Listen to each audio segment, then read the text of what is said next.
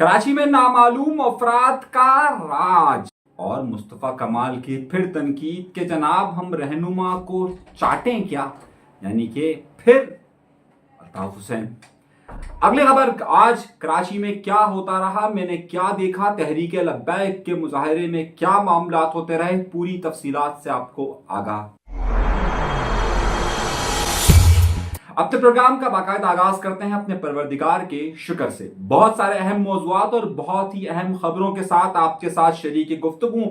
इससे पहले कि मैं अपनी गुफ्तगू को आगे बढ़ाऊं, हर बार दरख्वास्त करता हूं कि अगर आपको बिल्कुल ठीक और दुरुस्त खबर चाहिए तो चैनल जरूर सब्सक्राइब कीजिए।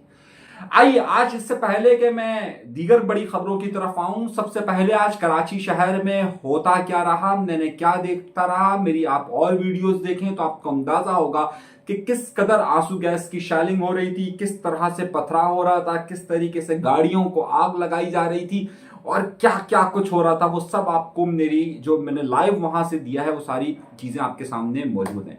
इससे पहले कि मैं आपको आज के वाकयात का सारा बताऊं और आइंदा के दिन के लिए बताऊं, तो मैं इससे पहले कुछ जरा सा बैकग्राउंड पर जाना चाहता हूं। आपके इल्म में होगा कि एक डॉक्टर थे उमरकोट के, उन्हें उन पर इल्जाम यह किया गया कि उन्होंने मुबैना तौर पर कोई तौहीन मजहब की है। उसके बाद पुलिस ने उन्हें कराची से गिरफ्तार किया और फिर एक्स्ट्रा जुडिशनल किलिंग यानी मावराए अदालत कत्ल कर उन्हें कत्ल कर दिया गया। उसके बाद जब उनकी लाश वहां पर पहुंची तो बहुत सारे लोगों ने उनकी लाश को लाश को जला दिया। लाश को जलाने के बाद उन्हें तदफीन भी नहीं करने दी गई और ये सिलसिला चलता रहा। और जब बाद में हुकूमत सिंध इसमें कूदी और हुकूमत सिंध के कूदने के बाद वो पुलिस अफराद जिन्होंने मावराए अदालत कत्ल किया था उन्हें गिरफ्तार किया। वो लोग के जिन्होंने इश्तियाल दिलाया था उसमें तहरीक लब्बैक के कुछ रहनुमा भी मौजूद थे, उनके खिलाफ FIR दर्ज की गई। और फिर एक और ग्रुप जो कि ये चाहता है कि जनाब ये जो सिंध में इंतहा पसंदी फैल रही है उसके खिलाफ एक और ग्रुप सामने खड़ा हुआ। उन्होंने बाद में उनकी गायबाना नमाज जनाजा भी अदा की, तो दो ग्रुप आमने सामने हो गए। अब इस सारी सूरत हाल में ये हुआ कि तहरीक लब्बैक मुसलसल मुजाहरे कर रही है और दूसरी तरफ के लोग भी मुसलसल मुजाहरे कर रहे हैं, जिनका मौक़िफ़ ये है कि जनाब सिंध के अंदर इंतहा पसंदी नहीं होनी चाहिए, सिंध में एक सूफियाना मामला होना चाहिए। जबकि जो दूसरा ग्रुप है तहरीक लब्बैक का, वो ये कह रहा है कि पुलिस जो है वो दर हकीकत और सिंध हुकूमत इस वक्त प्रोटोकॉल दे रही है जिन्होंने तौहीन मजहब किया था। अच्छा, इन दोनों में शिद्दत इस तरीके से आ गई कि आज से 10 दिन पहले सिंध रवादारी मार्च का ऐलान किया गया, जिन्होंने ये कहा कि कराची प्रेस क्लब से 3 तलवार तक एक मार्च होगा जो कि सिंध रवादारी मार्च कहलाएगा। पिछले दिनों तहरीक लब्बैक ने भी ये ऐलान कर दिया कि कराची में ही प्रेस क्लब से 3 तलवार तक वो भी मार्च करेंगे। अब ज़ाहिर दो तनाव पैदा हो गए, तहरीक लब्बैक पाकिस्तान की तरफ से भी ये मामलात आ गए, तहरीक रवादारी सिंध की तरफ से भी ये मामलात आ गए। तो अब हुआ ये कि हफ्ते वाले दिन ये हुक्म जारी किया गया कि कराची में दफ़ा 144 का निफाज कर दिया गया। जब दफ़ा 144 का निफाज कर दिया गया और जो रेड एरियाज हैं यानी कि Karachi press club, governor house, उन सब जगह पर ज़्यादा सख्ती कर दी गई। आज दोपहर को कोई 1 और 3 के बजे के करीब तहरीक रवादारी के जितने भी लोग वहां पर आए उन्हें गिरफ्तार कर लिया गया या उन्हें जेर हिरासत रखा गया। दूसरी तरफ तहरीक लब्बैक के भी जिन लोगों ने उधर पहुंचने की कोशिश की उन्हें भी गिरफ्तार कर लिया गया।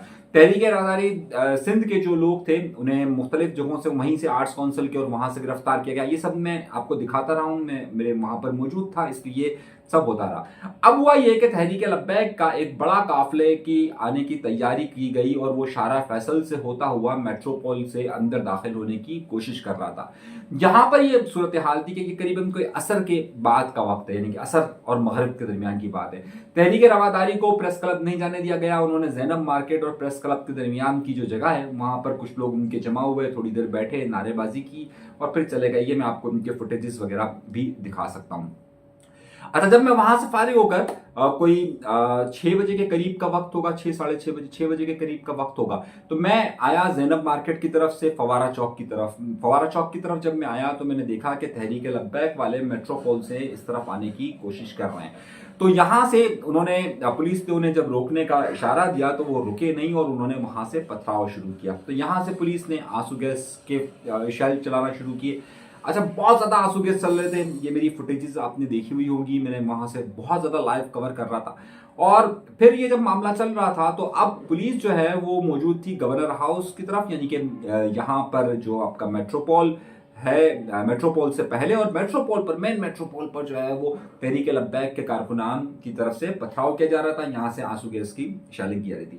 پھر یکدم یہ ہوا کہ تحریک لبیک کے چند لوگوں کی طرف سے وہاں پر کسی چیز کو آگ لگائی گئی۔ اچھا، جب آگ لگی تو اب ظاہر ہے پھر یہاں سے شیلنگ کا سلسلہ شروع ہو گیا۔ مغرب سے کوئی 5-10 منٹ پہلے میں وہاں پر موجود تھا تو فائرنگ کی آواز آئی، کیونکہ میں بالکل درمیان میں موجود تھا تو میں یہ نہیں دیکھ سکا کہ فائرنگ کہاں سے ہوئی ہے، لیکن اس سے پہلے ہی جو ایک پولیس کی موبائل آ رہی تھی مین میٹروپول پر، اس کو آگ لگا دی گئی۔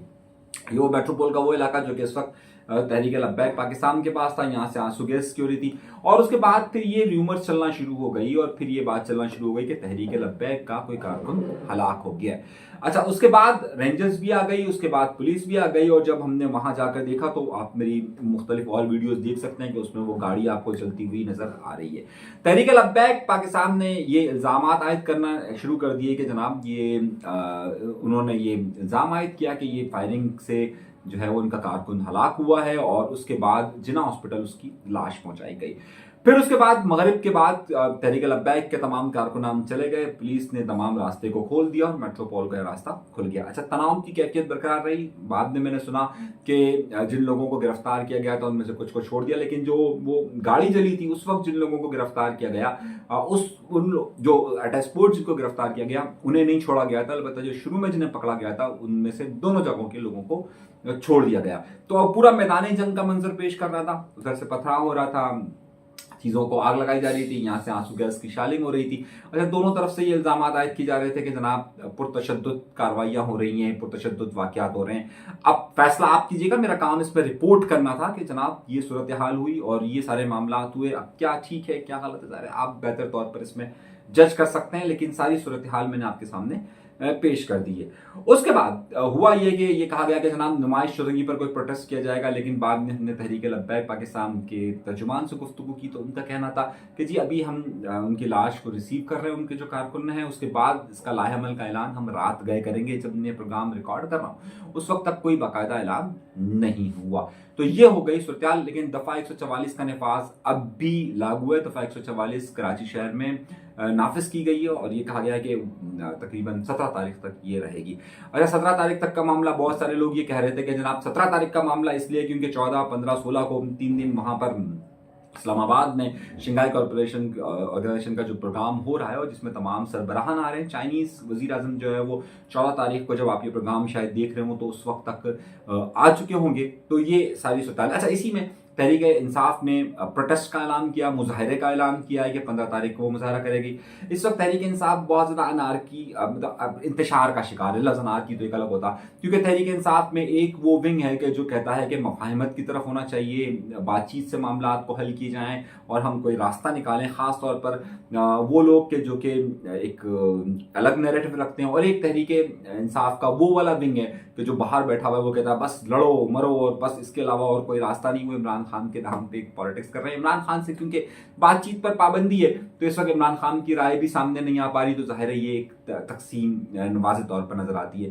وہ گروپ کے جو زیادہ حاوی نظر آتا ہے کہ جو کہتا ہے کہ جناب مزاحمت ہونی چاہیے، وہ ڈی چوک پر 15 تاریخ کو مظاہرے کا اعلان کر رہا ہے۔ اب اس حوالے سے ظاہر ہے تمام سربراہان آ رہے ہیں، حکومت کا نقطہ نظر یہ ہے کہ ان سربراہان کو اس شنگھائی کارپوریشن آرگنائزیشن کے بڑے ایونٹ کو تباہ کرنے کے لیے تحریک انصاف تلی ہوئی ہے، یہ نہیں ہونا چاہیے۔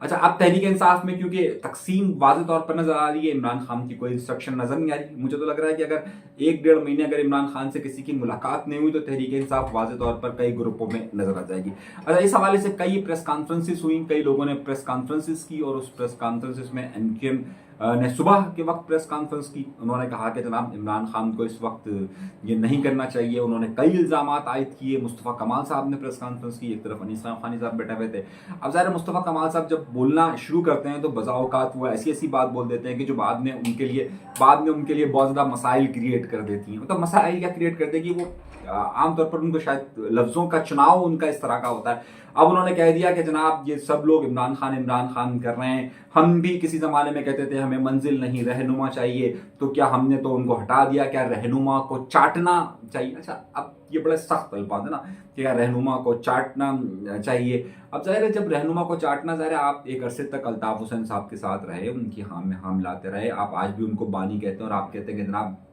उनको हमने हटा दिया, तो अब उन्हें हमें क्या चाटना चाहिए? तो देखिए, फिर आप किसी भी जमात का जो मेन किला होता है वो उनका लीडर होता है। मुस्तफ़ा कमाल साहब भी अपनी एमक्यूएम के और पहले पीएसपी के लीडर रहे हैं।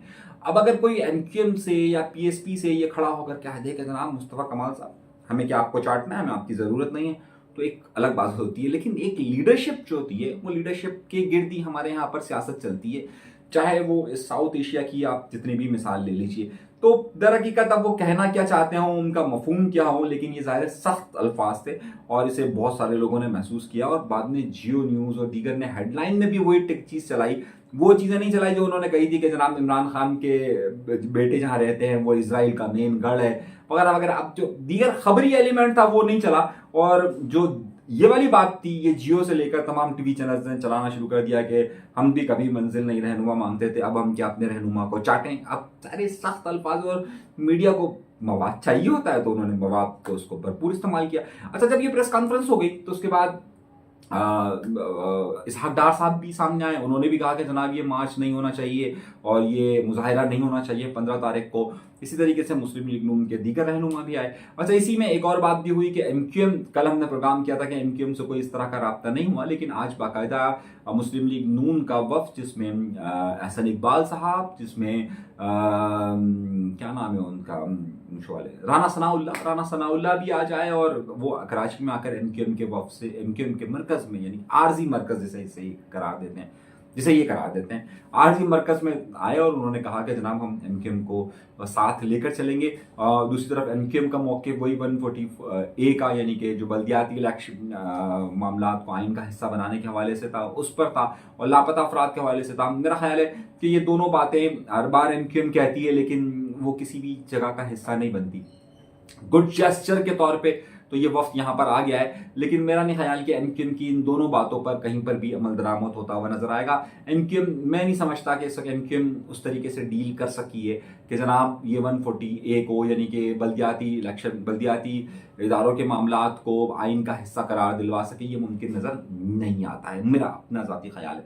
अगली खबर इसकी तरफ भी आता हूं, और अगली खबर और है कि कराची में एक बार फिर नामालूम अफराद का राज हो गया। अब नामालूम अफराद का राज क्या है कि जनाब सब कुछ सबके सामने होता है, सबको सब कुछ मालूम होता है, लेकिन है ना मालूम। अब क्या बात है, हल्का NA-231 मलिर, NA-231 में अब्दुल हकीम बलोच साहब की बड़ी मजबूत सीट कहलाती है। पाकिस्तान पीपल्स पार्टी के रहनुमा भी हैं, बड़ा मशहूर नाम भी है। इमरान खान को उरूज के वक्त में उन्होंने शिकस्त दी। इमरान खान जिस जमाने में 9 सीटों से इलेक्शन लड़े थे, उसमें से सिर्फ एक सीट से वो हारे थे, और वो सीट थी ये अब्दुल हकीम बलोच की, जब उनके सामने खड़े हुए थे। बहरहाल अब्दुल हकीम बलोच साहब और जो वहां पर PTI के उम्मीदवार हैं, उनके दरमियान एक पटिशन वहां पर दायर हुई थी, और ये मामला था कि जो 4 पोलिंग स्टेशन का आखिर में रिजल्ट आया, उस वक्त तहरीक इंसाफ के जो MNA थे, जो उम्मीदवार थे, वो जीत रहे थे, और बाद में जब 4 का नतीजा आया तो 239 वोट से तकरीबन अब्दुल हकीम बलोच जीत गए।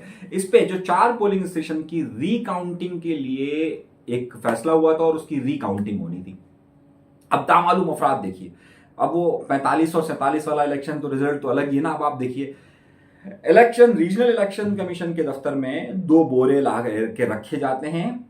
बाहर पाकिस्तान पीपल्स पार्टी के लोग भी मौजूद हैं, तहरीक इंसाफ के लोग भी मौजूद हैं, पुलिस भी मौजूद है। नामालूम अफराद आते हैं, इन सबको क्रॉस करके इलेक्शन कमीशन के दफ्तर के अंदर दाखिल होते हैं, दोनों बोरे उठाते हैं और भाग जाते हैं। फुटेज बनी हुई है कि भाग रहे हैं। एक बोरा लेकर फरार हो जाते हैं, दूसरा बोरा वहां गिर जाता है, खुल जाता है, तो वो दूसरा बोरे को लेकर भागते नहीं है, बल्कि सबके सामने वहां पर दूसरे बोरे को आग लगा देते हैं। सब देख रहे हैं, सबके सामने मौजूद है, पुलिस उनके पीछे भागती नहीं है, कोई उनके पीछे जाता नहीं है। 2 बोरे इलेक्शन के, यानी कि वहां पर सबके आंखों के सामने, जैसा सबकी आंखों के सामने फॉर्म 45-47 की कहानी हो गई, वहां पर सलमान मुराद साहब जो कि डिप्टी मेयर है, वो वहां पर मौजूद है। तहरीक इंसाफ की क़यादत वहां पर मौजूद है। बाद में दोनों एक दूसरे पर इल्जाम आयद करते हैं, वो कहते हैं कि जनाब फला ने किया, वो कहता है जनाब फला ने किया है, लेकिन किसने किया है? पुलिस मौजूद है, इलेक्शन कमीशन का दफ्तर है, और नामालूम अफराद आते हैं कराची जैसे शहर के अंदर, बोरे उठाते हैं, उठाकर जनाब एक लेकर फरार हो जाते हैं, दूसरा उनसे वहां गिर जाता है, वहीं पर खड़े हुए उसको आग लगाते हैं, और कोई गिरफ्तारी नहीं होती, फुटेज तक मौजूद है और आप ये समझिए कि किसी को खबर ही नहीं होती। यानी ऐसा लगता है कि नामालूम अफराद यहाँ पर जिस तरीके से अभी पिछले दिनों देखा आपने एक ताजिर के साथ किस तरह नामालूम अफराद सरेआम गोली मारकर चले जाते हैं, यहाँ पर नामालूम अफराद जो है वो किसी को कहीं पर भी उठा लेते हैं, यहाँ पर नामालूम अफराद बाकायदा वो सबके सामने मौजूद है। वो तहरीक इंसाफ के लिए पीपल्स पार्टी वालों ने उठाया, पीपल्स पार्टी वाले कहते हैं तहरीक इंसाफ वालों ने उठाया, किसी को कुछ नहीं मालूम होता।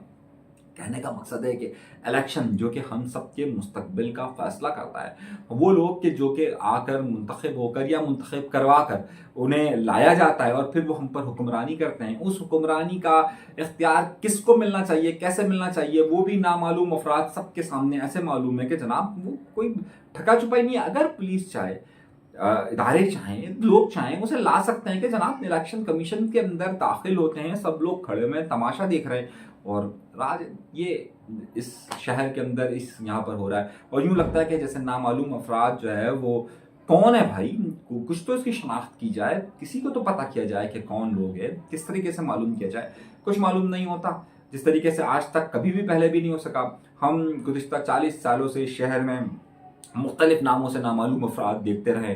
कभी सबको मालूम होता था कि ये नामालूम अफराद कौन है जो सब कुछ करते हैं, फिर हमें मालूम हुआ कि ये भी नामालूम अफराद कौन है जो हम सबको पता है, फिर ये नामालूम अफराद कौन है, सबको सब कुछ पता होता था। लेकिन उसके बावजूद भी कभी भी यहाँ कानून की हुक्मरानी नहीं हो सकी। कम अज़ कम इलेक्शन जैसे मामले को तो संजीदा बनाएं, अवाम अपना वोट देते हैं, अवाम अपने हुक्मरान को चूज़ करते हैं, लेकिन इलेक्शन कमीशन भी ना सिक्योरिटी की जिम्मेदारी को संभाल सका, ना पुलिस उधर संभाल सकी, ना सियासी जमातों ने अपने लिए मजाक बना के रखा हुआ है कि जनाब ये हो क्या है। अपना बहुत ज़्यादा ख्याल रखिएगा और अगर आप चैनल सब्सक्राइब नहीं किया तो सब्सक्राइब ज़रूर कीजिए, ज़रूर कीजिए, ज़रूर कीजिए, ज़रूर कीजिए। अपना बहुत ज़्यादा ख्याल रखिएगा। अनीस मंसूरी को दीजिए इजाज़त, अल्लाह ने